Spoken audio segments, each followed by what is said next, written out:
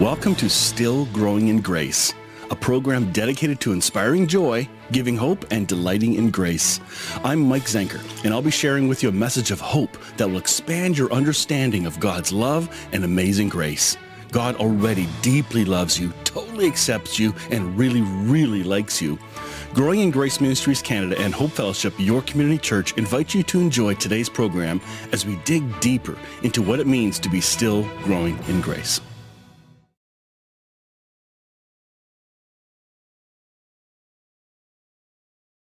I'm looking forward to a really good program today. This is going to be part 2, and I think we have a 6 or 8 part series on this topic of hell.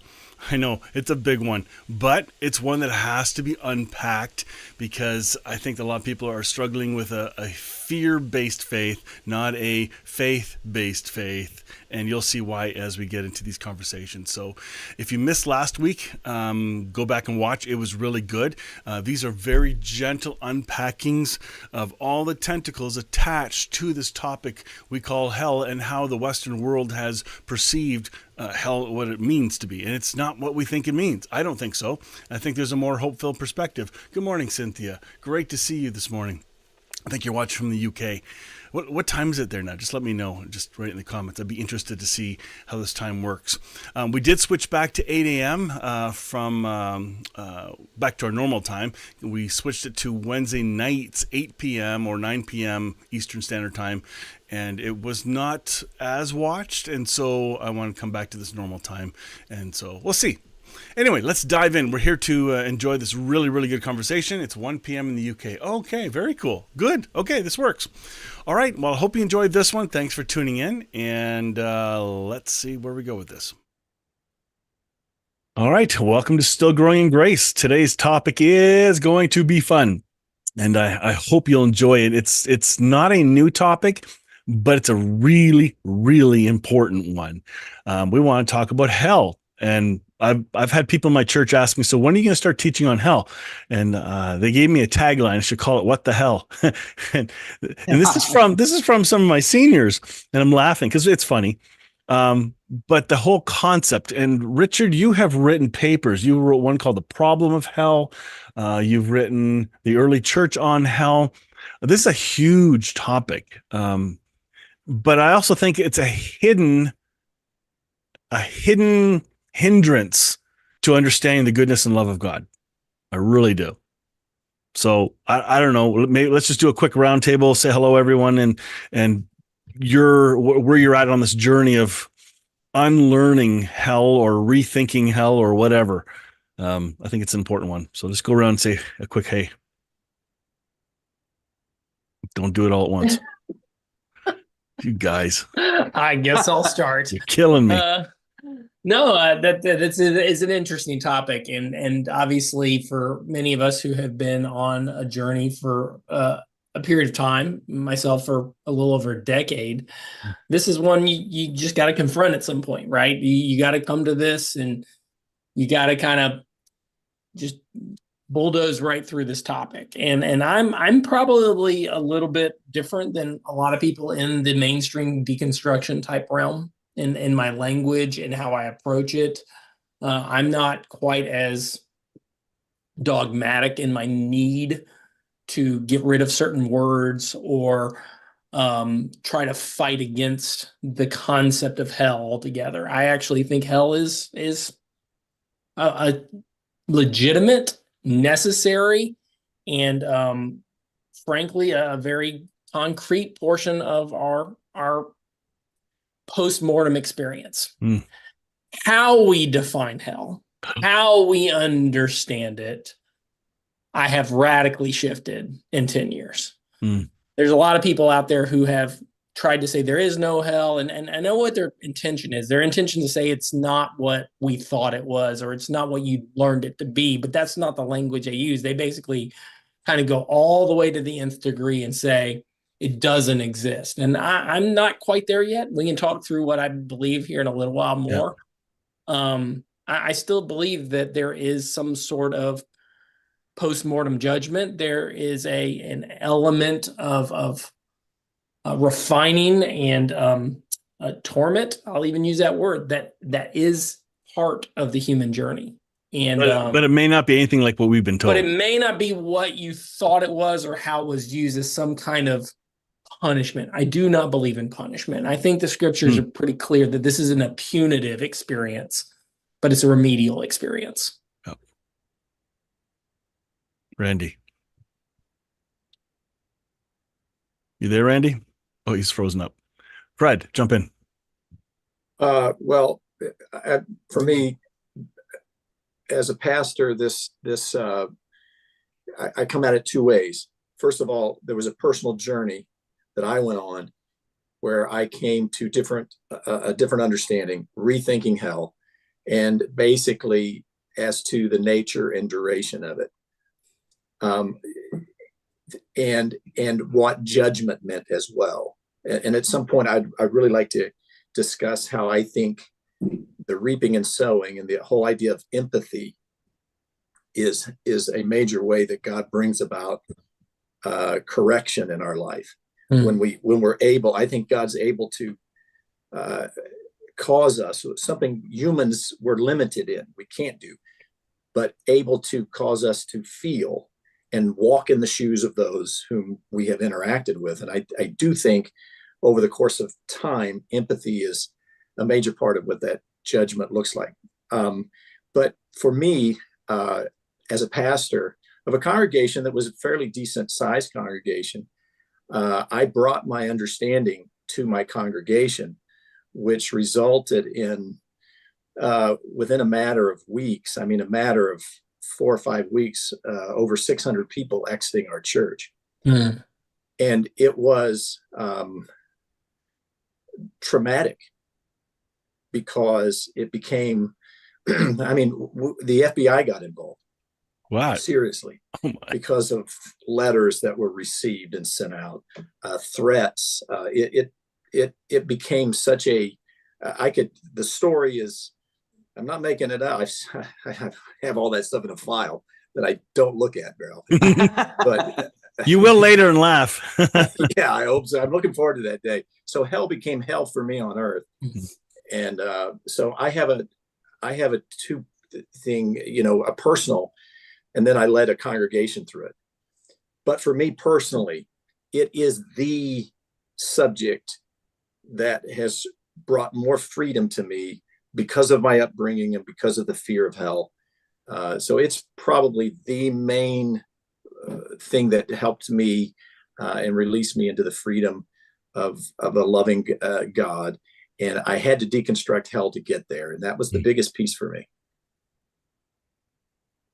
I had, I grew up with, everybody's going to burn. So, and if I screwed up, even if I died and forgot to ask for forgiveness for one thing, I would go to hell. That's kind of what I believed. And so I lived in a lot of fear. There was one point in my late teens where I heard a message from a youth leader on the love of God. And that night I couldn't sleep, and I couldn't reconcile, if God loves me that much, I don't understand how this hell thing can work then. And so I put it on the back burner and never dealt with it. And so hell was not the first thing I had to deconstruct. For me, understanding the covenants was my first thing I had to deconstruct, and understand the difference between covenant, new covenant, old covenant, my identity, that I don't have two natures. And then one of the biggest ones that started my journey to allow myself to even visit this topic of hell was end times, eschatology, unlearning. And as I'm unlearning all these things, the topic of hell came up, and I realized, if I've had to unlearn all these things all along, there's got to be more and better hope-filled perspectives. And I was open to be teachable, and boom, there was so much available to learn about how I saw hell before and what it could be now. And I love how you said, I think it was Bill, you just said that it's not that we say there is no hell, which is a bombastic statement to say. And I've said it. I'll jokingly tell, depending on the context, I'll tell people the word is not in the Bible, and because it isn't in the Greek. They're translations of other words, but sort of shock statement, but sort of not. So I think that unpacking really, really helped me. So now I'm far more open to it. And if there are people listening to this and you're not sure, so, oh, this sounds scary, know that we have wrestled with a whole bunch of ways of seeing this. Bill, jump in. Or sorry, Richard, sorry. Oh, well, this is the topic that challenges us to know the divine nature of God more than any other topic. You know, whatever hell is, you know, I think we begin with a premise. It's our darkest fear. It's our deepest fear. Our fear of alienation, our fear of separation, our fear of torture, our fear of eternal torture. That whatever great fear we have, irrational fears that we have, we project onto hell, which is why it means so many different things. But if we know the nature of God, and this demands that we do, you know, Jesus said that my church, the gates of hell, will not prevail against my church. And my church are those people who know my nature. Now, the whole world is his church, but to the extent we know his nature, the gates of hell will not prevail, which means that the gates can't keep us out. And, you know, his nature, our understanding of his nature, makes one thing positive, one thing sure. I was looking at some of my old essays that I wrote, and I said this at the end of one of these essays, that one thing is for sure: God's parental punishments are illuminative, curative, restorative, and rehabilitative. He is the great fatherly physician who rescues and restores us from the guttermost to the uttermost. And his quality, well, here, this essay was addressing those who claim they've been to hell. 20, you know, the 23 minutes in hell and the other things. So then I said his quality work takes a lot longer than a mere 23 minutes to rightly perceive it and to understand it. So this whole thing, you know, every demonic lie, every fear-based lie, every delusional thing we struggle with, not just individually, but also corporately, all of these things weigh into this and subtly make us project hell onto the nature of God, to where we see him as the abuser, as the afflictor, as the oppressor, as the unforgiver, as the punisher, you know, as the revenger, all these things. And it defames his character. How about that? What if we just resist the notion of hell as it's commonly understood, because it defames God's character? And I think it was F.F. Bruce said something to the effect that, you know, eternal conscious torment is incompatible with the revealed nature of Jesus. You know, and I think if we start from that viewpoint, and it's not that there's not something there. What we're called to address is this vacuum that's in us, this vacuum where hell becomes a possibility. You know, hate is what makes hell a possibility. Somebody's hating somebody, and that makes hell possible. But when we love everybody, it makes hell impossible. And the very thing that's been, you know, you said anguish and causing us pain, the Lord reconfigures it. And to what we so feared is nothing more. You know, I remember in the Civil War, Civil War was really big around where I'm at here.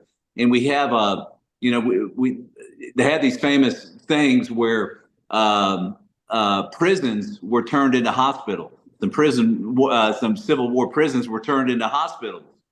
And I love that concept, that what we see as a prison is in actuality, as we mature, a hospital. It's a place where the Lord takes us, as we've said before, on a cosmic walkabout, you know, at the end of our lives, a postmortem walkabout, where he teaches us.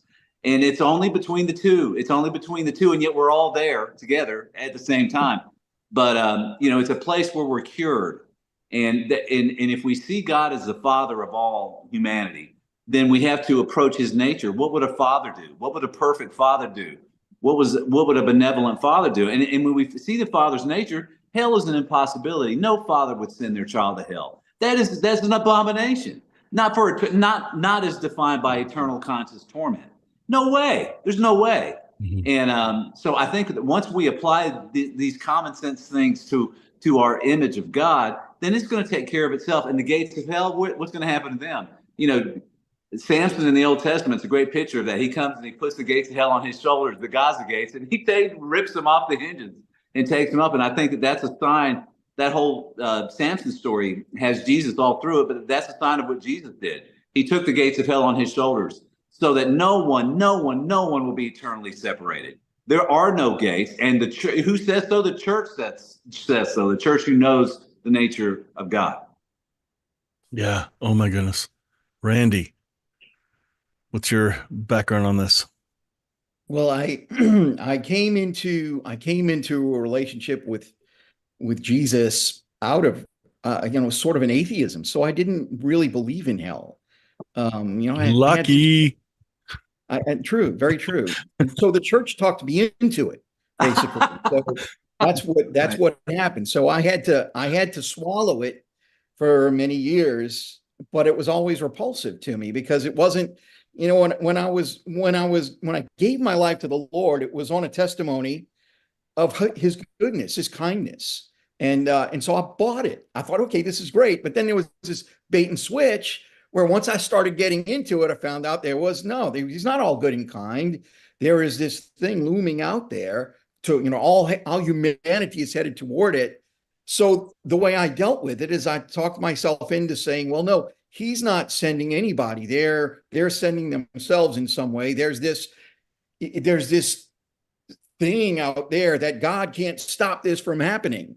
Only we can stop it from happening. And so I worked it all out in my head to where God could still be good and this could still be real. But the fact is, that's not scriptural. That's not what we're learning. What the whole concept, what we've gotten, this hellish idea comes from the scriptures, and it doesn't say the things that I was believing. And so I had to come to terms with God's goodness. Is he truly good? Because I'm not sure, Richard, maybe it was you that just said it, that when we think about what really is the concept of eternal conscious torment, that doesn't come out of the good God that we're talking about. Okay, it can't come out of that.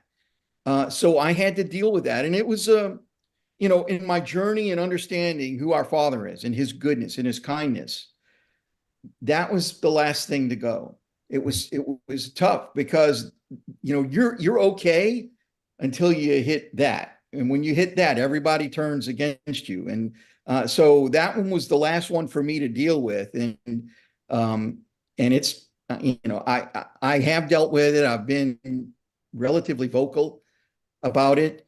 But I do also agree with what you said, Bill, that there's a lot of, it's the words we use. People use the word hell. And so I use the word hell to make them comfortable so that we can even carry on a conversation. If I say, I don't believe in hell, they won't talk to me. But if I say, oh, hell is very different than what you've been taught, well, maybe they'll listen now. So I thought it was our belief in Jesus that made us brothers and sisters. Not our belief in hell. Isn't that the truth? It should be, right? But well, it's in no early creed. I mean, that's never been a belief, at least in the early church, that you had to believe in hell. That wasn't part of the statement of faith. Yeah. Right. It's not part of the sinner's prayer. Well, and go ahead, Randy. You had something else? No, I was done. This is going to be a funny statement. Play devil's advocate, because I think in the context of our conversation, somebody has to be the one to bring the arguments that would be brought by others. And I think one of the common arguments that outside of the loving God aspect, and that is one that, Randy, I agree with you. And I had to wrestle through a lot of the same things because I kind of try to divert it around God, kind of like hell was this kind of bypass around God. And there's just a separation, and you're never been actually connected to God and all that kind of stuff. But I think another one of the aspects that we should discuss, whether we can get through it all now or maybe we tease it for the next one, is really what is the point of not having some sort of punishment for those who have wronged us? Right. And I think there's a huge hang up for many, many people here in the world who see atrocities, who see what they conceive of as pure evil, or they see of as something needing a retributive act, karma, a karma-based act against it, to kind of feel that justice has been served. We live in a society where justice is hand for an hand, eye for an eye. And like I think we all agree, scripturally, it kind of starts to deteriorate some of those concepts. But humanity, we cling to that concept on a lot. If you've wronged me, maybe I don't get to have vision, but You're going to vengeance get is yours. mine, says the Lord, right? Vengeance is mine. So the Lord's gonna, I may not get you, but the Lord's gonna get you. So we got to get through that part of it too. So I'm just bringing that to the table for discussion. I don't know. I know we got only a couple more minutes here, but I think that's a part of how we need to interpret this thing, because as Richard, you said, to kind of undo my own devil's advocacy, that is a projection of our vengeances onto God. Well, the character of God's a big part. It is. And so, right. you know, I think, you know, if you're listening to this, you just have to start thinking about the fact, is that your desires or is that God's desires? Because a lot of times we've put those expectations on our understandings of God. And I think that's something that each one of us has had to wrestle through and realize maybe that's actually not in the character of God, especially if we view God through the lens of Jesus. This is where I think his ways are higher than our ways. His thoughts are higher than our thoughts. Yeah. Is in the area of revenge and getting even. And it's his thoughts are his mercy and grace, and you know, along with correction.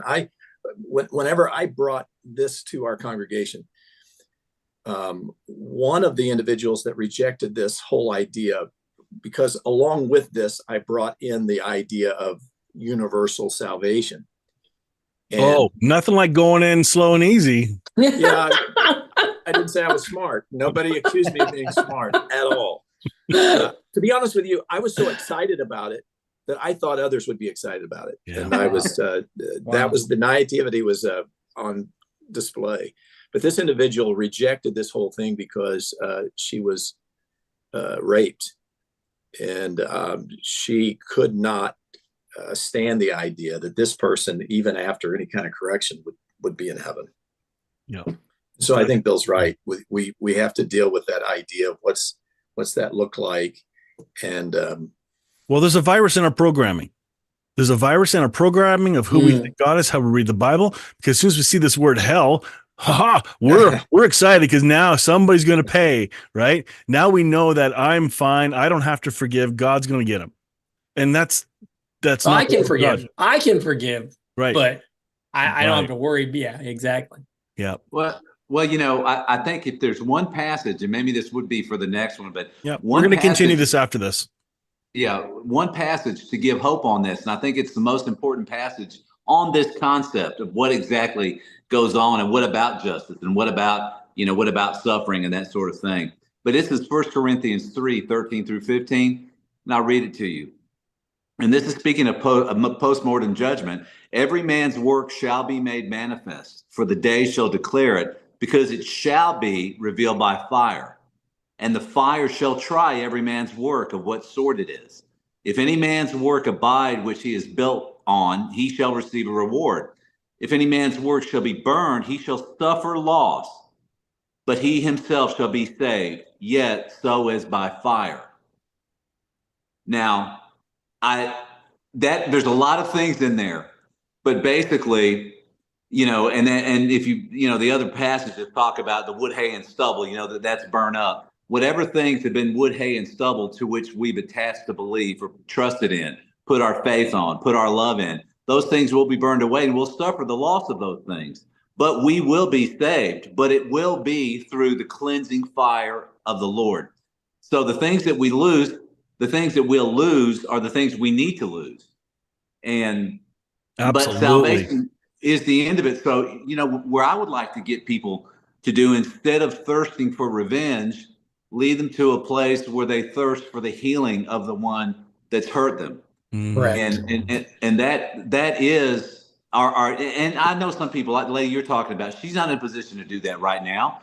But that doesn't mean she's never going to be in the position. Right. And it doesn't mean that we don't need the wisdom of God to circumspectly listen, empathize, let her lament to her heart's content, but us hold on to the hope that there'll be a way that we can be there to help, just as a resource, to help redirect her to greener pastures, or less brown pastures, and pasture to pasture type of thing. And I think and again, the other most important passage to me anyway is Matthew 5:38 through 48, where Jesus says that his Father's perfection is like this. We're to be perfect like his perfection. And his perfection is he loves his enemies. He turns the other cheek. He walks the extra mile. He blesses them. He loves his enemy. He doesn't hate them. And so, being in the legal profession, the two theories are that you punish people eye for an eye. That's what most people believe. But then, I've got so many tales. I've got tales of rehabilitation that would absolutely bless y'all's socks off. And these are people that they went through these things called responsibility courts. There's drug court is a responsibility court. Mental health court is a responsibility court. Domestic violence is a responsibility court, where they become like a family with the court personnel. And they go every week and they take the anger management, or they take drug rehab. They have some sanctions against them if they goof up, slaps on the wrist and then other things. But it's all meant to guide them to a place of rehabilitation. And that is fundamentally what's missing from our prison system. But you see flourish, you see blossoms of it. Mm-hmm. And all really, at the end of the day, this is just about rehabilitation, that God's going to make it all just right. And he's going to take us through the valleys, that we need. And there will be, but, the suffering, Bill, is, and I don't know if you know this, but the suffering is cathartic. It's suffering, in tears. I know we got to wrap up, and I'm helping Mike cut off, but I'll tell everybody on the next episode why I actually do believe in eternal conscious torment. Perfect. And I think that's going to be very interesting and a good teaser. So let's wrap this up. Part 2 is coming next time. So hang on. There's more good news. Thanks, Bill. Thanks for teeing that one up. Actually, you're going to love that conversation. When we recorded that conversation, it was really, really good. And I think we got to unpack these terms and words, and we need to find ways to have better definitions for the terms we're using, instead of just using the religious terms shoved down our throats by the church. And some are great terms, but there are some awful ones. With the terms might be fine, but the definitions are not. And I think I want to grow in my understanding of God's love. Does it make God bigger and better, or smaller and weaker? And I love how they kind of wrap that up at the end there.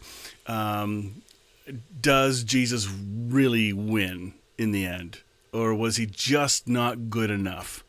That's worth thinking about. I think Jesus wins. Love wins. So anyway, looking forward to next time for part 3. Go back and watch part 2. Look at the links below. If you want to support this program, please do. We are going to be going live on the Grace Awakening Network, live TV channel. And that'll start in June, and we could really use some support to get that going. See the links below, and you'll hear more about it in the next couple of weeks.